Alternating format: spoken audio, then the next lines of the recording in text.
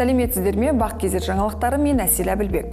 Қазақстан-Қытай арасындағы визасы режим жылдың аяғына дейін күшіне енуі мүмкін. Екі ел арасындағы визасы режим туралы келісімге осы жылдың 17 мамырында Сиан қаласында қол қойылған еді.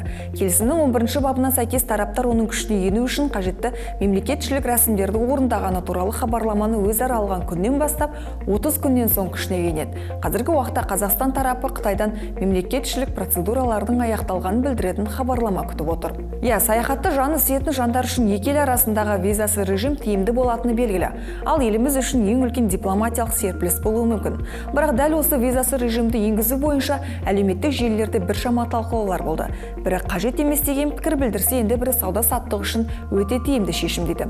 Әлеуметтік желі демекші, соңғы уақытта Англия, Оңтүстік Корея елдеріне барып, жұмыс істеп жүрген қазақстандықтардың видеосын жиі көруге болады. Өздерінің қандай қызмет атқарып, қанша жалақы алатынын, қалай келуге болатынын айтып жүр. Енді Корея елінде жұмыс істеймін дейтін қазақстандықтар үшін еңбекке рұқсат беру жүйесіне енгізу мәселесі пысықталуда. Яғни ол дегеніміз Оңтүстік Кореяда заңды түрде жұмысқа орналасуы мүмкін. Бұл ретте migration.еңбек.kz сайтына тіркеле отырып, осы жүйе арқылы жұмысқа орналасуға болады. Оны еңбек ұтқырлығы орталықтары жүзеге асырады. Шетелде жұмыс істегісі келген адам алдымен тіл үйренеді, міндетті медициналық тексеруден өтеді, сосын шетелге шығатын құжаттарын рәсімдейді. Осы аптада ағартушы философ Абай Құнанбайұлының туған күні аталып өтті. Президент Қасым-Жомарт Тоқаев Абай күніне орай Twitter парақшасында құттықтау жариялады. Баршаңызды Абай күнімен құттықтаймын. Хакім Абай ұлт руханиятын дамытуға өлшеусіз үлес қосқан кемеңгер. Ұлағатты ұрпақ тәрбиелеу ісінде Абай өсиетінің маңызы зор. Адал азамат ұғымы ұлы ақынның толық адам тұжырымынан бастау алады. Біз Абай мұрасын насихаттауды жалғастыра береміз делінген. Сондай-ақ осы күн қарсаңында біршама депутаттар мен өнер жұлдыздары Хакім Абайдың өлеңін оқып, әлеуметтік желіде челлендж жолдады.